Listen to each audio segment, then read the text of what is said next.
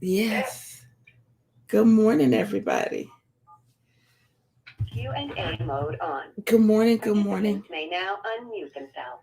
Great morning. Great morning. It is the day that the Lord has made, and we choose to rejoice and to be glad in it.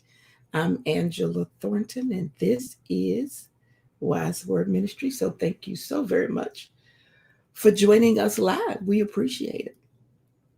We do not take it lightly or for granted that you are here. Yes, we do appreciate you.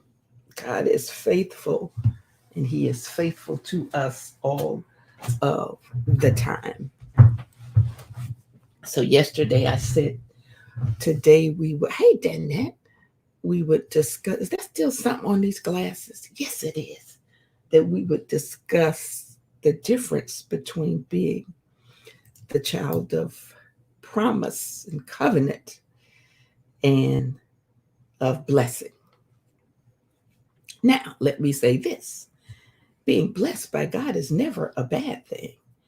But when you look at Ishmael and Isaac, you see that one was the promise and one was blessed just because of who his father was. But he was not the child of promise and the child of covenant. Good morning. Good morning, Trinita. Thank you for joining us. Let us pray. Dear God, we thank you this morning. We bless you and we honor you. And we say it is your day. And thank you. And we choose to rejoice and to be glad in it. We say that the Lord is good and his mercy endures forever. Great is your faithfulness to us. Great is. And we honor you this morning and we bless you. We thank you that we are indeed your promise and you have made a covenant with us. Okay, I don't know what this is on these glasses. Or is it on my face? See, this is what happens.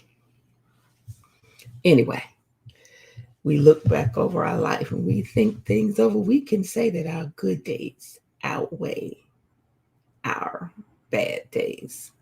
Yes, indeedy. Woo!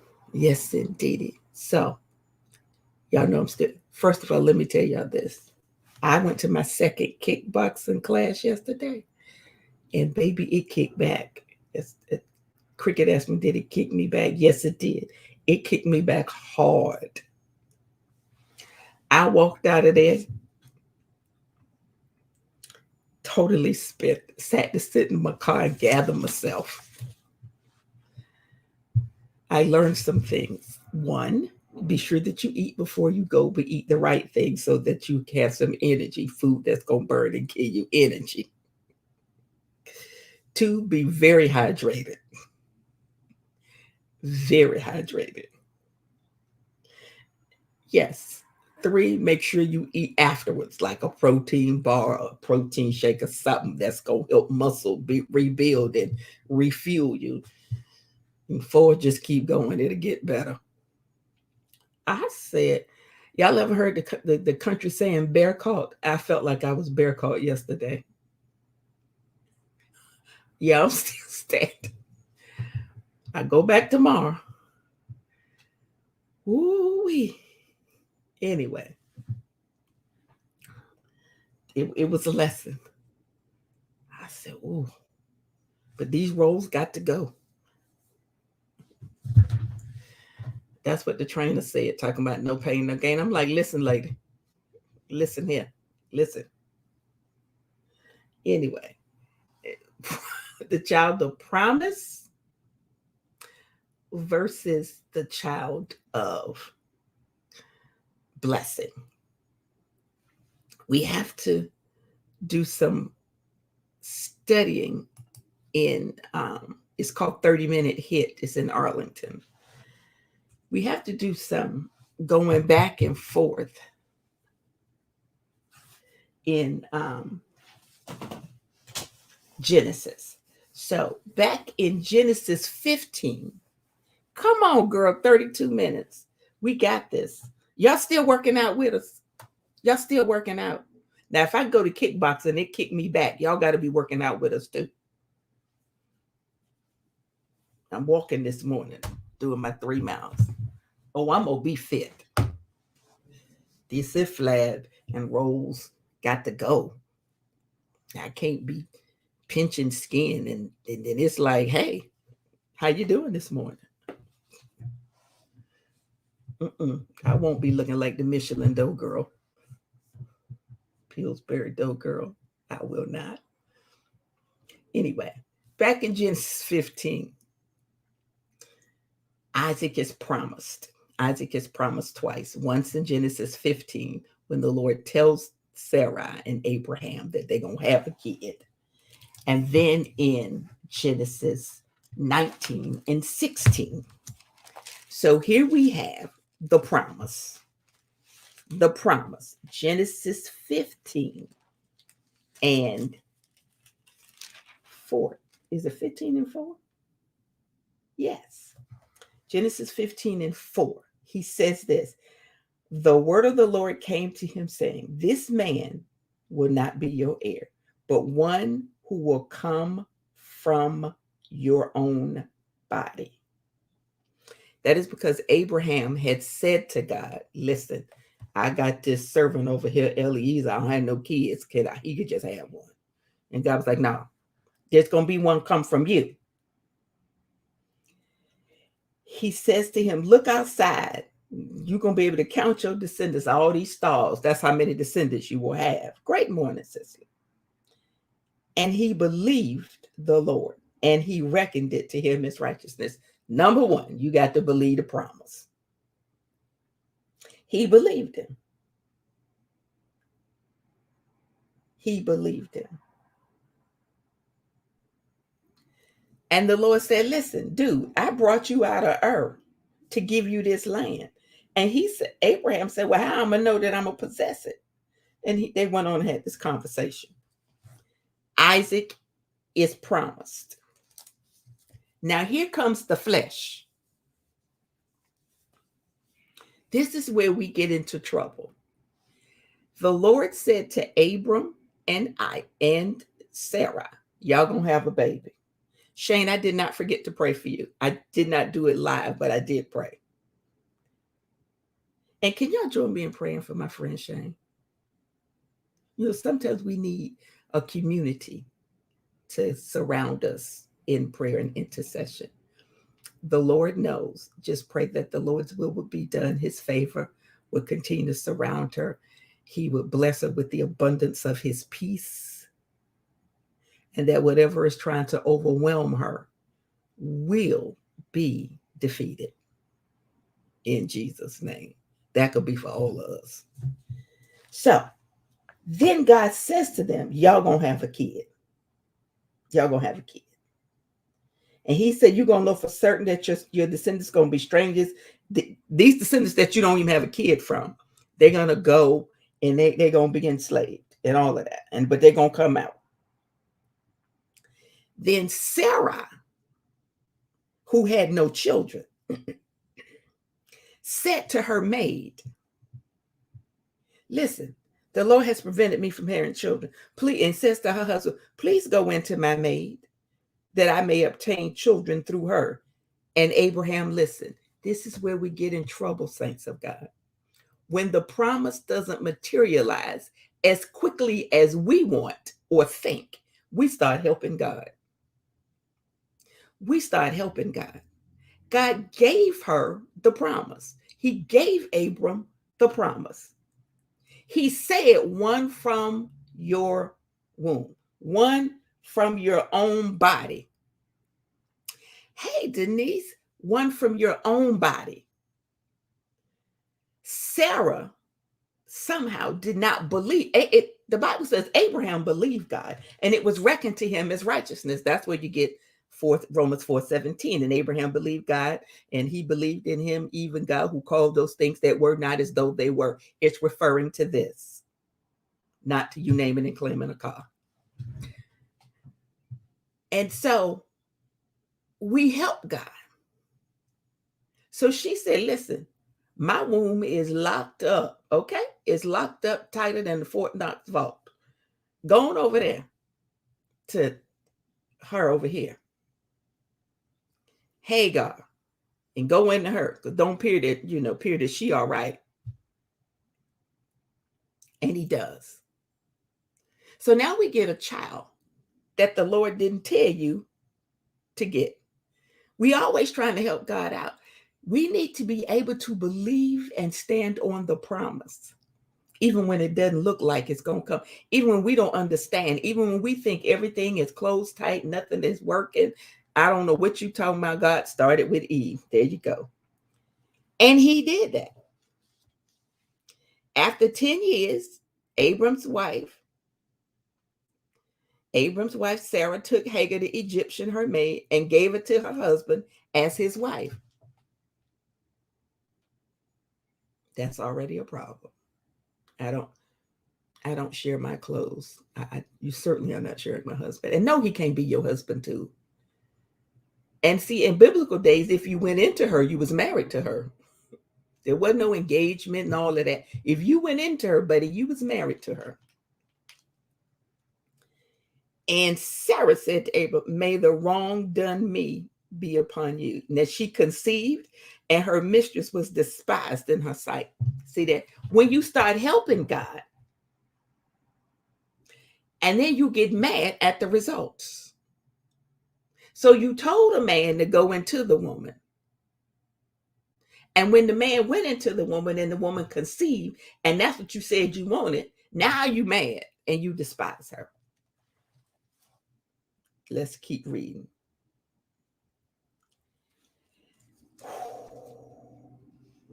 Hagar leaves. Go on back. So that's the first thing. God gave them a promise. They somehow decided that that wasn't good enough. Then we scroll on over to Genesis 19 and 16. We get on over to Genesis 19 and 16. God says to him again, listen, buddy, you're going to have a kid. Isaac is promised. Your wife, Sarah, she going to have a kid.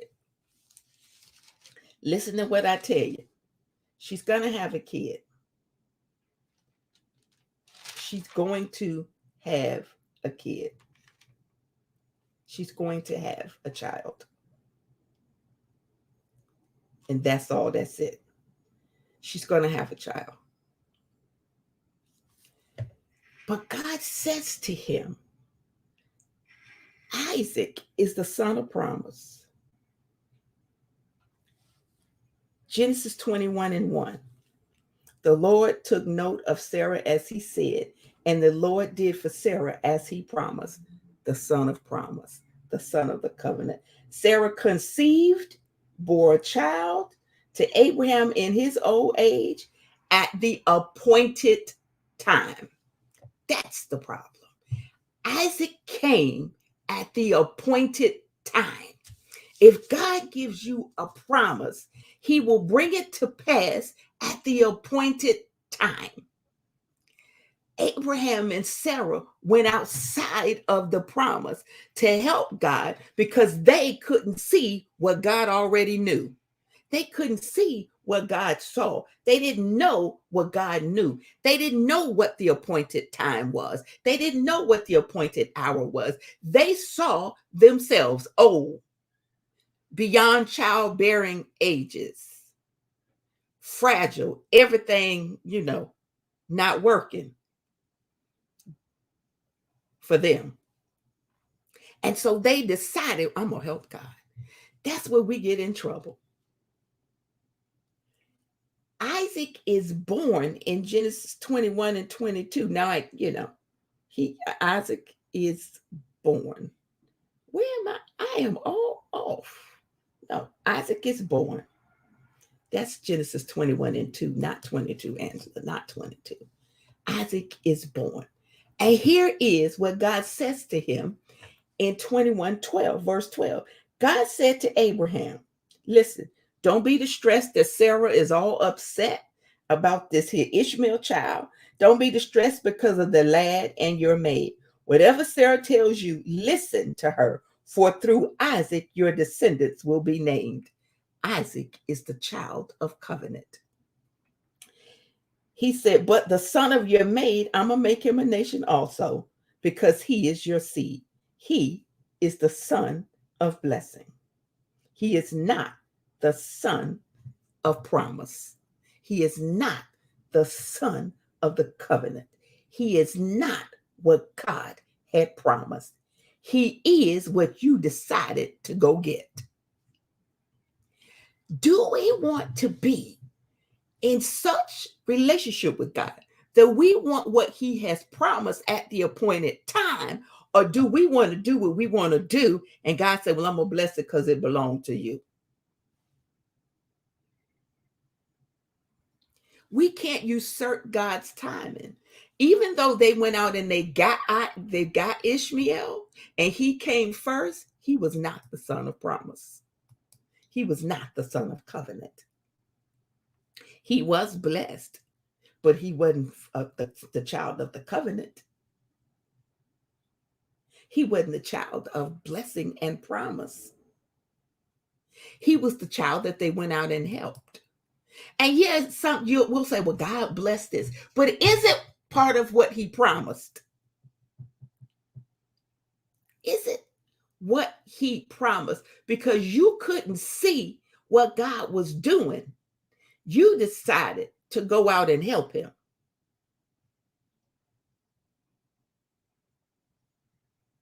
And God tells him in 17 and 18, when Abraham is saying to the Lord, oh Lord, let Ishmael live before you, that Ishmael might live before you. He said, will a child be born to a man 100 years old? And will Sarah, who was 90, bear a child? And God said to him, Abraham said to God, oh, that Ishmael might live before you. You can't make the covenant and you can't make what you do be God's promise and covenant. You cannot. You can't make what you go out and get on your own be what God has decided he is going to make a covenant with. He talking about, okay, oh, that Ishmael would live before you. And God said, no, he can't. No. Literally, God said, no. But Sarah, your wife, will bear you a son, and you're going to call his name Isaac. And I'm going to establish my covenant with him for an everlasting covenant for his descendants after him. God said, no. He can't be. No, he can't be what I'm going to make a covenant with. And you don't get to tell me what I'm going to make a covenant with. Yeah, no. That's not who I promised you. I just told you the one that I promised you, this is what you're going to name him Isaac, not Ishmael. See, Ishmael came from the flesh.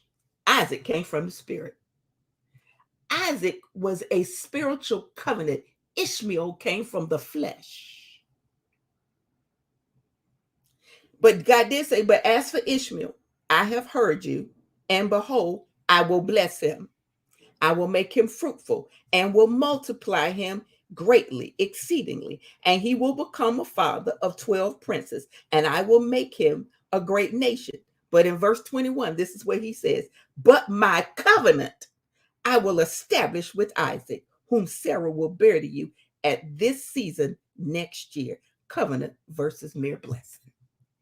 No, he can't be the covenant. That whole no just went through me. No. Oh, that he would live before you. No, he's not my chosen people. And you can't make it so. I'm going to bless him. I'm going to make him fruitful. I'm going to multiply him exceedingly. He's going to become a father of 12 princes, and I'm going to make him a great nation. But my covenant is going to be with Isaac, whom Sarah will bear to you next year. Listen to how God speaks. He calls Isaac by his name, even though Isaac has not yet been conceived. My covenant is going to be with Isaac, the one who is not yet conceived. So you know that God knows you before you were even born, because he said to him, she going to bear a child and you're going to call him Isaac. So I'm going to stop calling what I told you that she going to call him. My covenant is with Isaac that she going to bear this time next year. Yeah, she going to bear him this time next year. He's not here yet. But that's who my covenant is with. My covenant is the one who's not even here yet. See, we can't see what God sees. This was a whole spiritual thing. And when he had finished talking with him, God went up from Abraham because he had said all he needed to say. I'm done. I'm done talking. I told you what I'm going to do. I'm going to have to research that, Daisy. I hear that a lot, but I don't know that that's true. Do you understand that there is a difference between the promise and a blessing, a covenant and the blessing? Isaac was a child of promise. God promised them a child. He never promised them Ishmael. They went out and got him. If God makes you a promise, stand on the promise. Even though you can't see it, don't know when it's going to happen, it's going to take some time. Stand on what God has said. Ishmael was a recipient of God's blessings, but Ishmael was not who God would bless the earth through. Ishmael was not who God said to Abraham, go out and look at the stars. That's how many descendants you're going to have. They're going to be in covenant with me. Abraham loved his firstborn. He did. And God said he'll be a recipient of my blessings. But what he won't be is the recipient of my covenant. Because I didn't tell you that. I decided how this was going to work. Even when Sarah tried to kick him out and Abraham was greatly distressed, the Lord still blessed Ishmael. God is still faithful, even when we jacked up. Even though, like Tracy said, even though they went left. And he didn't want to let Ishmael go, but God said, I got him. I'm going to make him a nation because he's your offspring. I got him.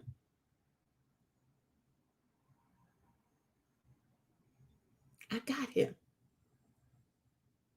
I got him. I got him.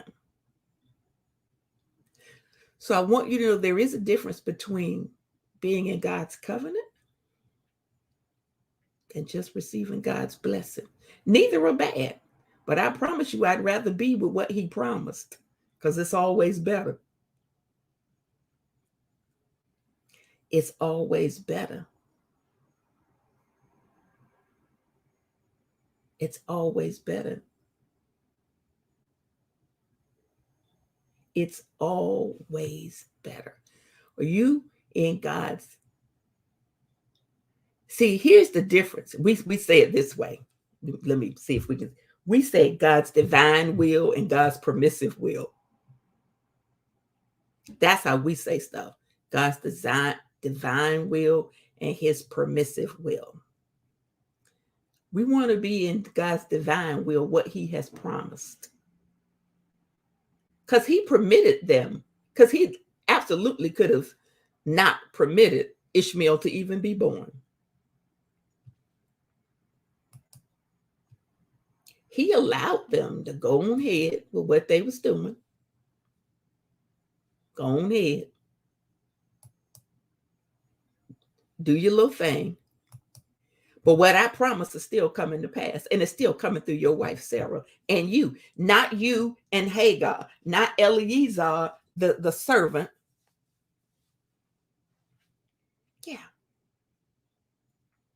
So between 16 and 21 of Genesis, you see the story of Ishmael and Isaac. But God made a covenant with Abraham, and Isaac was it. He said, my covenant I will establish with Isaac, not Ishmael. Which just surprised me. He said, listen, hey, Ita, my covenant is with the one that I told you was coming. Even though Sarah laughed when God told her, sometimes the promise of God can be so overwhelming, so mind-boggling, so mind-blowing, so that you just like, oh my Lord, I, I, I don't, that you laugh like Sarah.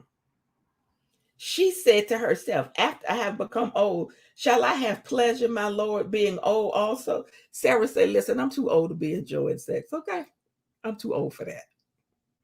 But shall I have some pleasure even while I'm old? Let me get my laugh on about that right there. Because you know, Abraham is older than me. I'm just saying, God, you know, everything ain't firing on all cylinders. And the Lord said to Abraham, why she laugh? Shall I indeed bear a child while I'm old? And God says this. Here's what we have to remember about God's promises and his covenant. He says, is anything too difficult for the Lord? Is anything too hard for me? At the appointed time, I will return to you at this time next year, and Sarah will have a son. That is the second time God told them that she was going to bear a son this time next year. It is, he said, anything too hard for me? It is the second time we hear at the appointed time. God's timing is never late. He doesn't need us to help him. They tried to help God and got Ishmael. And because God so honored Abraham, he said, I'm going to bless him because he's your descendant. But my covenant is not with him. And when Abraham said, oh, that he would live before you, God said, no, literally, no. No, he can't. No, that is not what I promised. That is not who I promised. That is not where I will make my covenant. And so I want you to know there is a difference between being in the promise, in the covenant, and being blessed because that's your grandma. Well, I'm going to bless them because they're yours.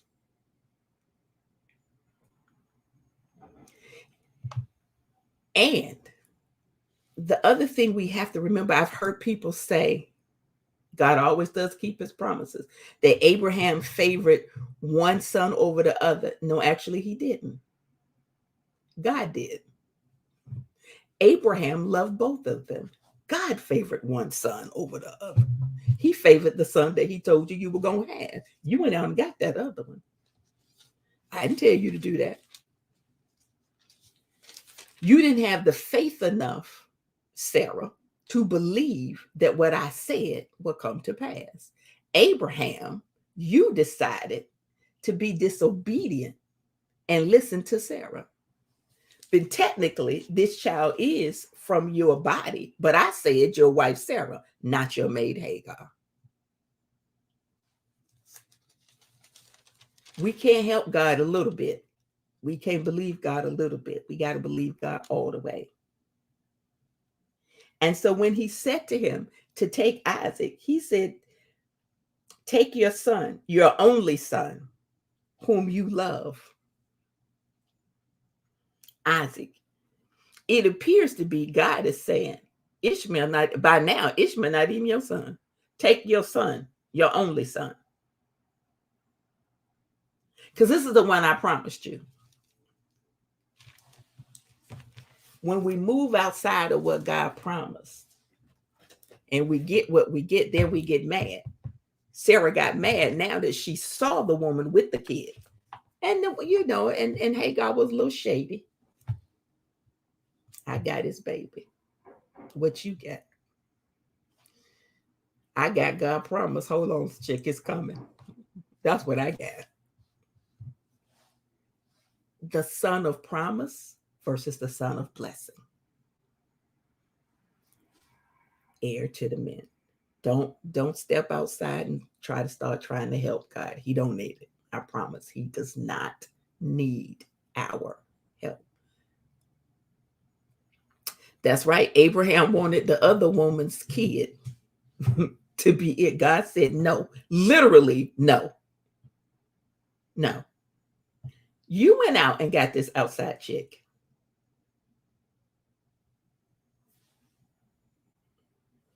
No. Can't, it ain't working. It ain't happening like that, partner. Let us remain in God's divine will. Whatever God has promised you, if you have not seen it manifest yet, go back and say, Lord, I know you promised me this. Please don't let me go outside of your will and try to help you. That's right. The perfect will is safe. Permissive will can be dangerous. As they found out, that son ended up being sent away. He thought he could cut a deal. And God said, no. When I tell y'all that no hit me hard, he said, oh, that Ishmael might live before you. God said, no. But Sarah, your wife gonna bear you a son. No. We cannot usurp God's promise. We cannot usurp God's purpose. We cannot usurp his will or his authority. All that stuff that we do only gets us in trouble. Stop trying to ask God, God, is this my husband? No, it's not. I took and told you. My clock is ticking and my eggs are drying up and I'm about to be 40 and single. No. Okay. Go on over there and get them. I'm going to let you have them. And then when you're miserable, don't come back here talking about, Lord, deliver me. No. No. Is this the job? I'm going to take this job because I'm getting the bag. I'm getting the money. No. That's not where I called you. That's not where I want you. That's not where I'm going to bless you.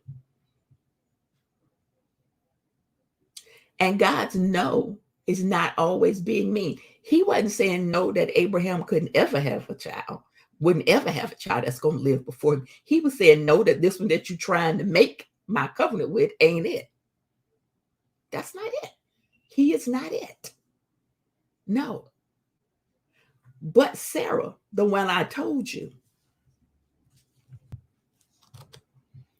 But you know, God, she fine. Okay. Pretty get old and fine get wise.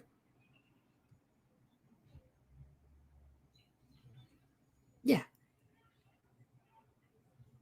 Yep. The sad face too. When he say no. I don't understand. God, they got this deal. I mean, no. You don't even realize you're about to be swindled. Lord, I know you said you were going to bless us, and I know you said that this you were going to do this. I know you said that you know that I was going you were going to make me a millionaire, and I know that you said that all my kids are going to be saved, and I know that you said that no. But I need to work it out and help them, and I know. Follow the path I've laid out before you. Had Abram and Sarah just hung in there. He told them this time next year. Here's what I love about God. He even told them when it was going to happen. He told them what? He told them when. He told them what the child's name was going to be. And he started calling the child by the name before the child was conceived. He said no. But I'm going to make my covenant. I'm going to establish with Isaac. that your wife is going to bear to you at this season next year. God can tell us what, he tells us when, he tells us how, he tells us with whom, and we still talking about, I don't know, because I don't have no money. I don't know. It was already done. It was already done. God is what he's going to do, he's done. He's not getting ready to, he ain't ramping up. Like, I'm fitting to come to your house. He ain't fitting to bless you. It's already done. So let it be on earth as it is in heaven. He ain't fitting to come around your way. Like he going through the neighborhood. He 2 blocks over.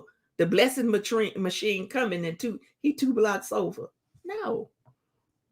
He an hour away. No. Just trust him. Only believe. Only believe. Anyway, our devotional reading for the day.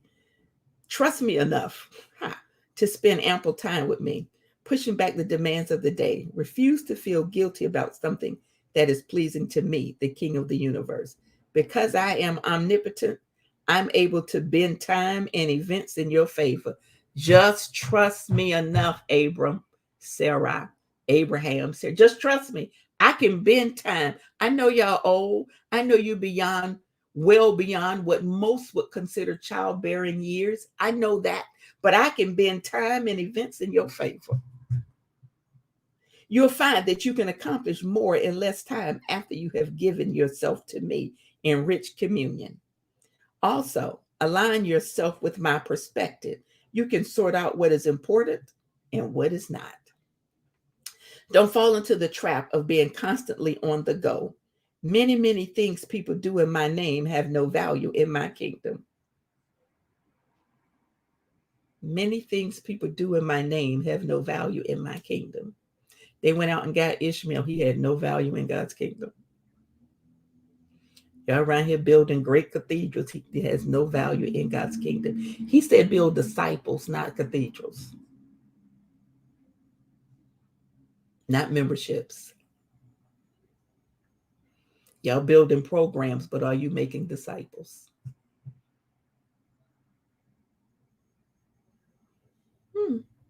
Just a thought. To avoid doing meaningless work, stay in continual communication with me. I will instruct you and teach you in the way you should go. I will counsel you with my eye upon you. That's what the Lord says. In the past, God spoke to our forefathers through the prophets, and many times and in various ways. But in these last days, he has spoken to us by his Son, whom he appointed heir of all things, and through whom he made the universe. Yes. God is not asking us to build programs. He's not asking us to build giant cathedrals. He's asking us to make disciples and to obey him, to walk in his divine will, not be out here trying to just be in his, what he gonna permit. Well, God gonna let me do it. Well, everything you get to do, everything good ain't God. Everything good. Please do not think because you someplace and they got 30,000 members. Mecca does not mean that you have made an impact. And by the way, most of the churches in America have less than 200 members. You only hear about the ones with 30,000 because they big. Big doesn't mean better. What impact are you making? What influence do you have? What imprint are you leaving? Don't get caught up in the hype and the TV. Also, would you all put Donna Perry on your list and really beseech the Lord? Donna is in need of God's swift hand. Swift hand. We need God to move on her behalf in the name of Jesus. We need God. We need God to move. We're asking the Lord to show himself strong and mighty. Lifting up Mecca, Denise's oldest name. See, we believe we're going to see the salvation of the Lord in the land of the living. That's what we believe. We believe we're going to see our children saved and serving God. That's what we believe.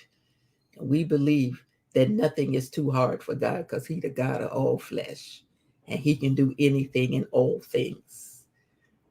There's nothing God cannot do. There's nothing that's too hard for Him to do. So maybe tomorrow we will be lifting the Lord, praying over our children. And if you have some situation in which you need to see God move speedily, in which you need to know that it is the Lord's doing, and we will say it's marvelous in our sight. When we will be able to say, by this we know that the Lord loves us because He did not allow our enemy to triumph over us. If you have a circumstance, a situation, something that you really are beseeching the Lord for, you need the hand of God, then that is what we will pray for tomorrow. And if it's something of a very personal nature and you don't want to drop it in the chat box, you know how to inbox me or text me or email me. But we believe we're going to see God move. We believe that God is moving.